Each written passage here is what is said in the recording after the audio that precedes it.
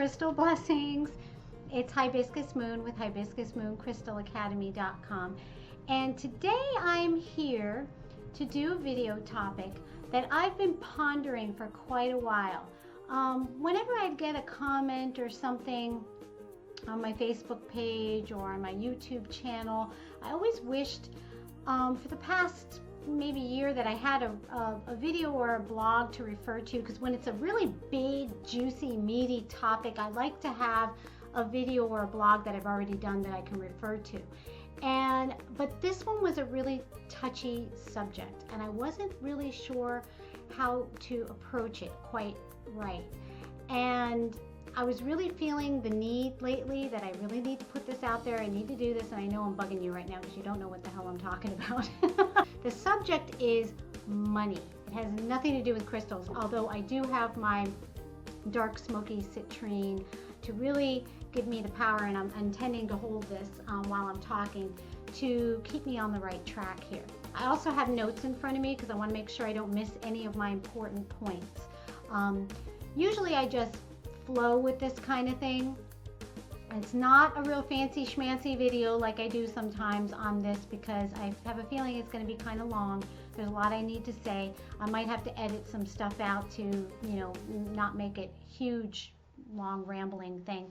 I got an email and I really admired what this person did. They have a wonderful company, and they're raising the prices. And the way she put it out there, she was preempting any kind of flashback, well, not flashback, lash out is what I wanted to say, because she's raised her prices in the past, and I assume there was some lashing out, which is what she was proactively trying to prevent in a very loving way, I thought. She set her boundaries out. She made her boundaries very clear. She let her tribe know what would be tolerated, what would not be tolerated, and what the consequences would be if those boundaries were crossed. And I posted about this on my Facebook page. First of all, let me just say, some people don't read posts, and boy do they have a lot to say in the realm of negative comments. Knee-jerk reactions is what I call it. And I've done this before too. I don't think I've done it on Facebook, but I've done it in face-to-face interactions, where you're not really listening to what's being said. You didn't read the whole thing, and then you just knee-jerk reaction with your negative spin on the whole thing. Well, first of all, it wasn't me raising the prices, but even if it was, so what? Who cares? You don't have to buy into anything that you think is overpriced and undervalued, or not, where the price and the value don't equate. You are not forced to do any of that.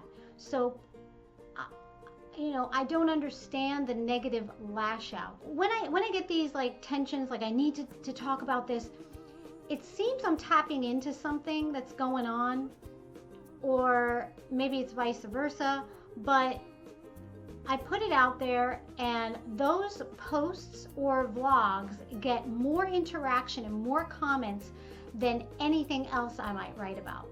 So whenever I'm feeling uncomfortable about something, I'm feeling more comfortable now posting about it, because it seems that I'm not the only one when I do this.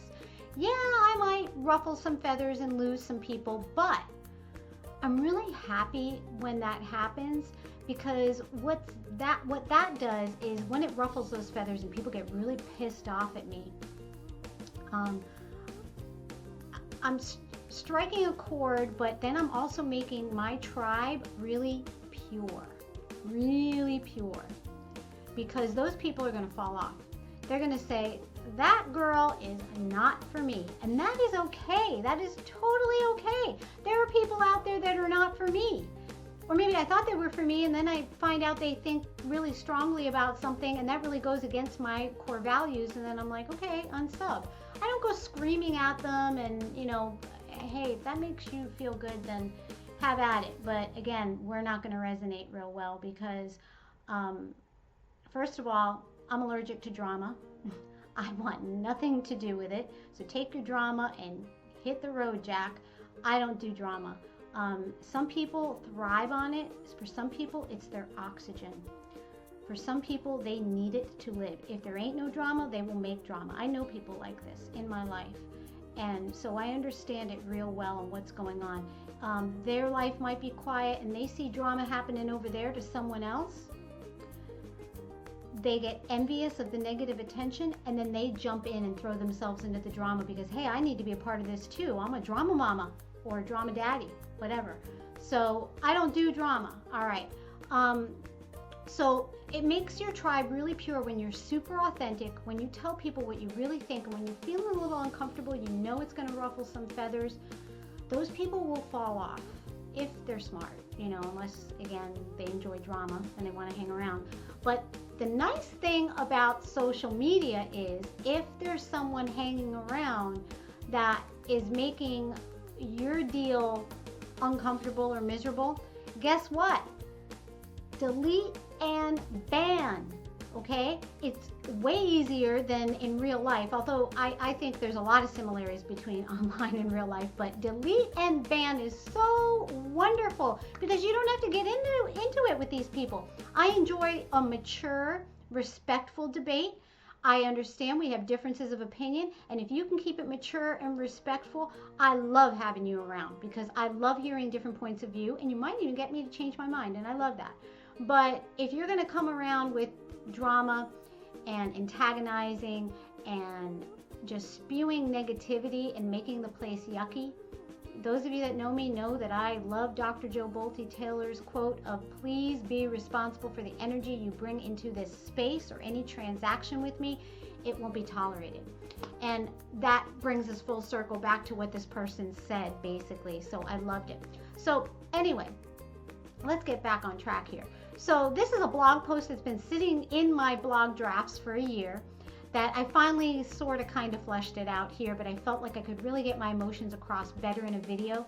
So please forgive me if I refer to my notes a little bit because I don't want to leave anything out, but I really want to do this on video. All right, so there's this undercurrent or belief in the New Age and spirituality community that big abundance, making big money should not be happening. If you're living your big dream, you somehow should be doing it for free. Money is a no-no thing. If someone raises their prices or they're charging what people feel to be an expensive price, that it's wrong. I feel that this is a poverty mindset, and all it's doing is keeping people down unnecessarily. Okay? There are things out there for people who truly cannot afford a necessity, okay? And then there's a distinction to be made here. Are these things that we're going off about in the New Age and spirituality community that they should be given away for free? Are these things necessities for life, root chakra stuff, or are they wants? More often than not, when I see the people getting really angry, they're going off about a want. So this is basically nothing more than a 3-year-old having a temper tantrum in Toys R Us because they're not getting the Barbie or the truck that they wanted. And it's totally unnecessary.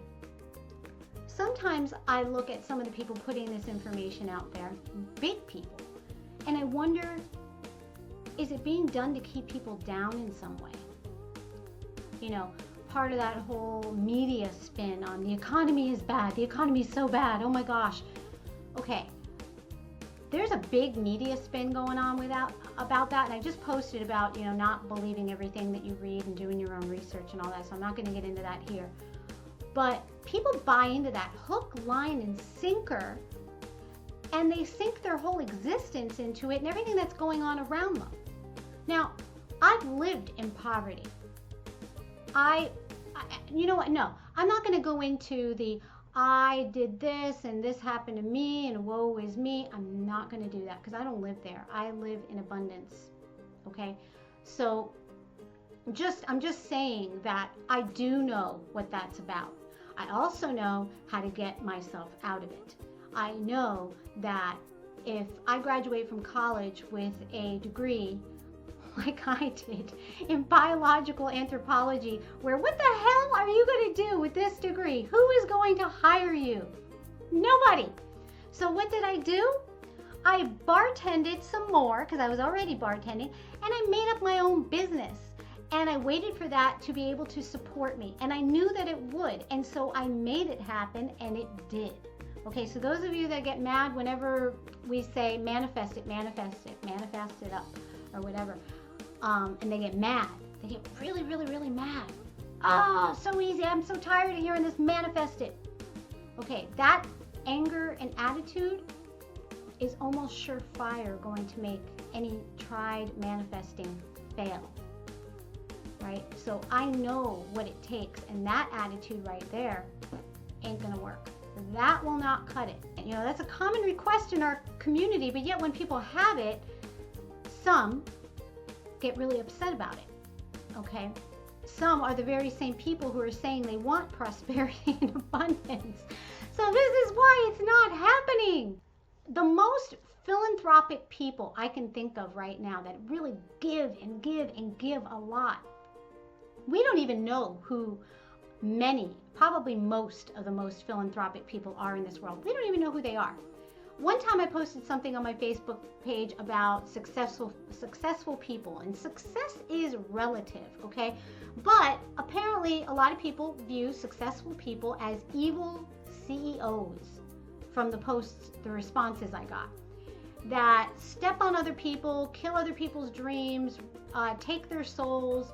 They've sold their own souls to the devil, apparently. Hey, this is great stuff. Here's the deal, folks. A lot of the philanthropy that goes on, we don't even know who the people are. So they're not doing it for recognition. Sometimes, yeah, maybe they're doing it for tax write-offs, but I know personally people that do it, and there is no tax benefit to doing it. See, if you give over a certain amount, there is no tax benefit anymore. You're just doing it out of the goodness of your heart. Okay, so no, I don't believe that all CEOs are evil. Not at all. And if that's what you think, you're never going to be CEO of your own business. And maybe you don't want to have your own business. And that's okay too. Okay, but I'm not going to be angry at those that are making a lot of money. And because they're making a lot of money, they are very philanthropic and they're living abundantly. But because they are living abundantly and making all this abundance, they are able to make huge changes in the world and do wonderful things for people, things that could never be done without the amount of abundance that they have. Bill Gates, Oprah Winfrey, Deepak Chopra, Dr. Wayne Dyer, what's the guy at Virgin I'm thinking of? Richard Branson. All these people giving abundantly, and they're only able to do it through big abundance that they've made. It's their habits and the way they live their life that brings this abundance to them. Remember that your prosperity and your success, when you have that, will benefit others if you choose it to. And I do feel that this is the norm rather than the exception, that the people who are really successful do choose to benefit others. I feel the people who hoard it and will not give to anyone and not help anyone, those are the exception. Okay, and we, hope and pray and bless those people and wish them the best and hope that they change their ways, or that their money is left to someone else who will do differently with it. But I feel that they are the exception. Those that are truly abundant they know how to reap more abundance and then what to do with it. And they know that if you keep it moving, if you keep that abundance flow moving, you use your prosperity in service to other people, to provide service for others and for causes that are bigger than yourself, that it will continue to flow back and you'll continue to be able to do that. They know that. This is what I teach about. And I could not teach about it if I didn't know it myself. Okay, so I'm putting it out there. Yes, this is what I practice, this is what I do, and I do know this to work myself. So there are these two things I want to focus on right now, that, to be an energy worker, to be a spiritual teacher, to be a new agey teacher, mentor, you should not be focused on money. You should be doing this work for free. Some go around speaking of prosperity consciousness, but it's obvious the way the buttons get pushed when we talk about money. We're not, in this community, we've not achieved this prosperity consciousness yet. we're not there. I'd say maybe 50% of the people in the community are there. And maybe this is the case in all communities. No, I shouldn't say that, because I do belong to some business communities, and they're all about prosperity and abundance. And you might say, well, yeah, because they're a bunch of greedy whatevers, that just want to make money. No, a lot of them are very philanthropic, and I know that. So this community could definitely use some help in this area, which is why I feel so strongly about putting this information out there. And you can hate me for it, and you can, well, you're not going to get much chance to get mad at me. You can get mad at me, but you can definitely argue your point with me. But I've set my boundaries on how that can be done with me. I welcome it. So, and I'm grateful for it, because sometimes it opens me up to new points of view that I haven't thought of. So anyway, so some go around teaching this prosperity consciousness, but I've seen many, especially in the crystal community, selling prosperity crystal grids, prosperity and abundance crystals, or just courses on abundance and etc. But then these same people will turn around and spew anger at those raising their prices, or they're doing seemingly well, and they go, oh, how dare she raise her prices? She's already saying she's making this much money, and now she's going to raise her prices. Well, that greedy whatever, And so that envy, that drama, what is that going to attract to that person? Is it going to be attracting prosperity to them? Why are they bothering with prosperity courses and prosperity or abundance crystal grids? Why bother? Because your intentions are really misaligned. There's no alignment there. And when the alignment is messed up, source energy, universe is getting a very confused message from that person. If we resent prosperity for others, we resent, again, quote unquote, success for others, we resent it. All that we're doing is repelling it for ourselves. And this comes from, again, teachings or connotations out there, or illusions that there isn't enough, that we're running out. There isn't enough. There isn't enough money to go around. There isn't enough food to go around. Oh my goodness, oh my goodness. And one person that I really respect, Jackie Dubois, always says, there is enough. There is enough to go around. Don't believe this hype, wherever it may be coming from, that there isn't enough, because there is enough, and you can make enough. There isn't enough jobs? Make your own job. There is nothing preventing you from making your own job. Someone was telling me the other day, they had a drug passed, and legal issues in their past, and they were being asked to fill out these applications everywhere they went, and they felt funny, and nobody wanted to hire them because they had these issues in their past. And I said, forget all that then. Make your own job. What do you love? What are you good at? With the internet today, there's so much you can do. The possibilities are endless. But even without the internet, you can go do something out there in the community and post it on Craigslist. Do it. I've done it. If this thing doesn't work, do something else. You just keep on going, and you don't stop. You keep on trucking. All right, sorry. I'm just trying to say, don't believe this lack mindset, the poverty mindset, the media agenda, whatever anybody's shoving down your throat. You believe it in your mind, then it is true, and that's all that matters. Okay, Dr. Wayne Dyer, again, obviously I really admire him. He has said money, when they talk to him about why he charges for his courses and why, he puts a lot of free content out there, a ton of free content. And so for those who truly cannot afford, they have access to that. For those that want the luxury of something more, and again, his courses are not needs, they are wants, then people can pay for that, okay? He also is extremely philanthropic, so he donates to many, many causes. Plus, it's not just him. He runs an empire. He has people that work for him. He has systems in place. How are all these things happening? How's all this information getting to people? It all requires money.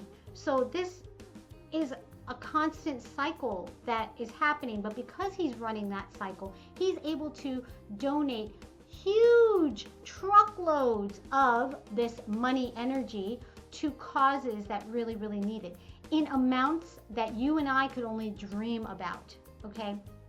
I see nothing wrong with that. So anyway, his quote was, money has always come to me because I always have seen myself as endlessly abundant, okay? I guess that's what I do for myself now. I wasn't always like this, but about 15 years ago, I made that shift and I realized that that's all I needed to do. That is all I needed to do. And that's all you need to do. Live that and breathe that, and that will be your reality. Like I said, I haven't always done this, but I made a change, and this is what I know, so this is what I teach about. I teach about it because I get it. I get how it works, okay? So then the second thing that people say about energy workers or spirituality teachers or new age teachers is basically not so many words, but they expect you to have no boundaries. They want to be able to message you on Facebook and send you an email and get a response. And if you don't, you're a major biatch or something to that effect. Okay, in the beginning, when you don't have a lot of followers, maybe you have the time to do that and you choose to do that. But once you go over a certain number, and I don't really know what that number is, I know when it happened for me, it was about a year ago, you cannot do that anymore because the energy drain becomes too much. Here's the deal. That is an energy drain. Also, giving away your services 100% for free is another energy drain. I've done both. I've done both. And I know from experience, it drains you so much, it burns you out so fast that you won't be doing this anymore. And then nobody benefits. Nobody benefits. And you're left in the dirt with a lot of fixing to do on yourself. Energy fixing and some things that have become so dense they've manifested themselves as physical illnesses that you need to fix. So, and I've heard this again and again from other teachers and other people that have done this. So, you know, if you choose to give away a certain portion of your services for free, like I choose to put out a ton of free content. And most of the people in the spirituality community give out an abundant amount of free content because that's just what they're about. That's what they do. That's what they choose to do. But they don't have to do that. But they choose to do that. And if that feels good to you energetically, then you do that. But you certainly don't want to give away the whole entire kit and caboodle for free because you will be drained, as I said before. So boundaries are really, really important. They are our saviors. Okay, I'm gonna definitely link to a truckload of links, just a bunch of links, because there's so many people I'm thinking of and that are coming to mind that have said this in so many different ways and much, much better than I'm saying it here and from different viewpoints, and you might resonate better with one of them. So I'm gonna give those resources to you. But boundaries are really important. You need to know what your boundaries are and you need to super duper respect them, okay? Especially for energy workers, because energy workers, light workers, spirituality teachers, and mentors, we tend to attract a small element of people that tend to be really, really needy. And that's okay.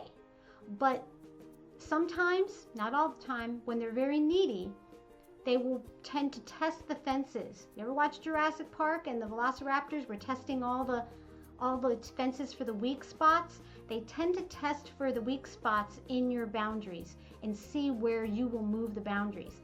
And especially when we're new, for me anyway, in the beginning, you don't realize and you feel bad and you feel these people need and you're not doing what you're supposed to be doing by not helping them, so you help them and you allow all your boundaries to come down, and next thing you know, everybody's running all over you.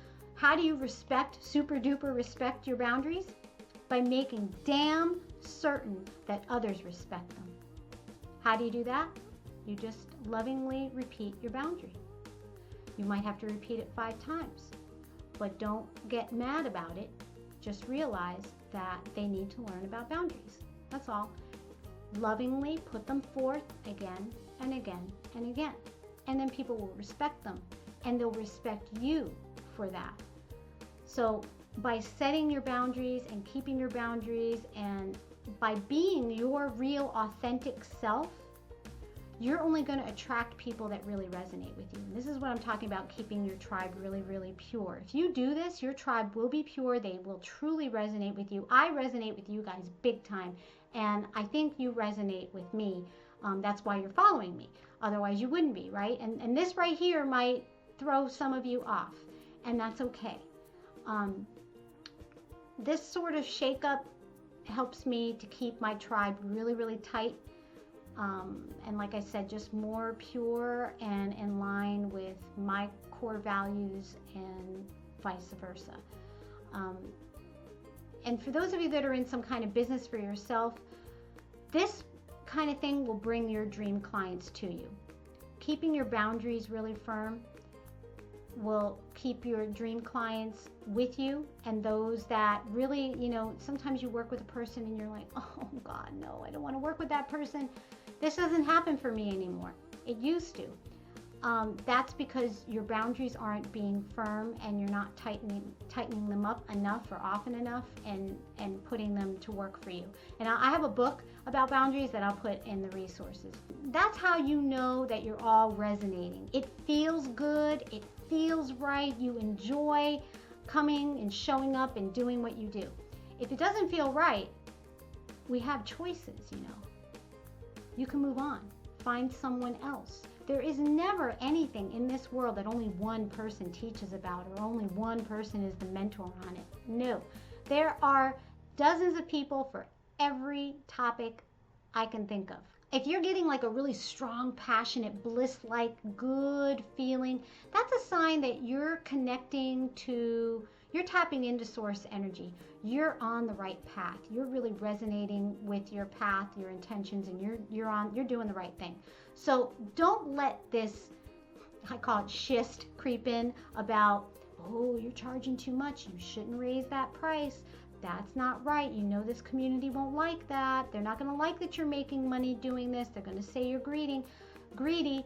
Don't let that guilty feeling that you're doing well with your business or your work, don't let that creep in. Don't be afraid to charge for your services. So many of my students will come up and say, especially in the beginning, towards the end, they sort of see the light and come on board. I'm not charging for my services. I'm doing this for free because I feel I should do this for my community. That's fine. If you have plenty to support yourself and pay your bills and you don't need to worry about that, then have at it. Go for it. I'm loving you. That is wonderful. It would be better, though, if you did that for some people and did charge what you are worth, okay? And then if you don't need that money, donate it out to causes, because that really helps so many more people, so many causes. So don't listen to those who are yelping that you should be giving it away for free because that's the right thing to do. No. So when you're inspired, you're actually waking up your abundance attraction. And the abundance comes streaming into your life. And like I said before, the more you give it away, the more it comes back. It's a cycle. You give it away, it comes back. I'm not saying give it all away. And those of you that belong to churches and things, you might have heard about tithing, where you give away 10%. I think that's a great guideline. Whatever you're bringing in, give away 10%. Hey, if you're bringing in $1 million, that's wonderful. Give away 10%. Give away more if you can afford it. Absolutely. Now, on the other hand, when you have envy, sometimes we don't like to think it's envy. We like to think or blame it on something else or say it's something else. Or you have anger coming up or resentment coming up, like people calling these people evil CEOs, that kind of thing welling up, then that's a sign that you're totally out of sync with your desires. Unless your desires are not to have any prosperity and abundance. But if you're looking for that, but yet you have anger and resentment come up with these people and you say, oh, the economy is bad and nobody can get a job and these evil CEOs are ruining everything for everybody. Well, you're repelling the abundance and the prosperity. That is for sure. That's exactly what's happening there. Now, if a price is a thing, isn't feeling right to you, whether it's you pricing your own stuff or you paying a price to someone else, you don't need to pay it. Is that a revelation? You don't need to pay it. Okay, you don't need to have that thing. All right, you can buy a different thing. You can go to a different person. You can see if there are free resources. You need to make a change. It's being called. If that price isn't sitting right with you, it's being called to you to make a change. What if it's you pricing your services and you feel the price is too low, but you feel like you can't raise your prices because the people and the community won't like it? You need to get rid of that mindset. Raise the price to what feels comfortable to you, to what you know you need to support yourself beautifully and do what you need to do, and get rid of that mindset. Because as long as you have that mindset behind you when you raise that price, they're not going to like it. There's always going to be backlash, but there's going to be a hell of a lot more backlash if you've got that mindset behind it, the guilty feeling that you shouldn't be raising your prices. Okay? You feel it's too low or just too low to pay your expenses. You need to be able to support yourself comfortably after you've paid your expenses. Okay? If it's not feeling comfortable, it's not what they call an energy match, okay, for the value you're giving. And that creates other imbalance problems of its own. You know you're giving out a ton of value and you're only charging what feels like to you like this much, but yet it's worth this much. That's going to cause major imbalances because the people that are buying and receiving it aren't going to value it for what it is. Believe me when I tell you this, it's true. They won't, especially if you're giving it away for free. They will have very little value placed on it, even though it's worth a ton. That plays a big role in it. The energy imbalance that creates is massive, and it creates other problems, but that's a totally different story. So, and most of the time when we speak of light workers or spiritual teachers, usually it's not a need for anyone, a need to survive. Usually these services satisfy wants, and I say usually because there are exceptions. So I don't think anybody's ever being taken advantage of when a price is raised on these kinds of services. And remember, we always have choices. There's free content. Like I said, these people usually put out a ton of free content. Utilize the free content if you can't afford their services, or choose another person who does the same thing. There are always other people out there. You know, in my instances, there's other crystal courses out there. Oh my goodness, absolutely, absolutely. And they're all different. None of us are the same, so there's no competition out there. Some cost more than my course, some cost less than my course. There's choices. Or you can do this. You can do what I've done many, many, many times in my life when I could not afford things. You do your own research, you learn on your own, and you do it for yourself. Yes, you can. When you say I can't, then you can. You do have the power to manifest it up. You can save for what you want. If you decide it's something that you really want badly enough, you can do this. You just have to change your attitude, change your mindset, and decide that you're going to do it. We are so much more powerful than we give ourselves credit for. And when you're putting these things out there, whether it's verbally to a person, whether it's a thought in your head or a post on Facebook, you are setting the energies up to give you just that. Like Deepak Chopra says, life is a field of infinite possibilities. You need to tap into those. We have to just know and believe that this world is an abundant, providing, friendly, positive space. If we see it as anything less than that, then that's what it's going to come down to be in our reality. Okay? There's no need, I feel, the basic point of this video here is there's no need to be angry or hostile in our responses to anything here. Nothing good can come of that. I'm sending this out there in all love and peace and total gratitude for the abundance and prosperity that I receive and that you will receive as well. Namaste.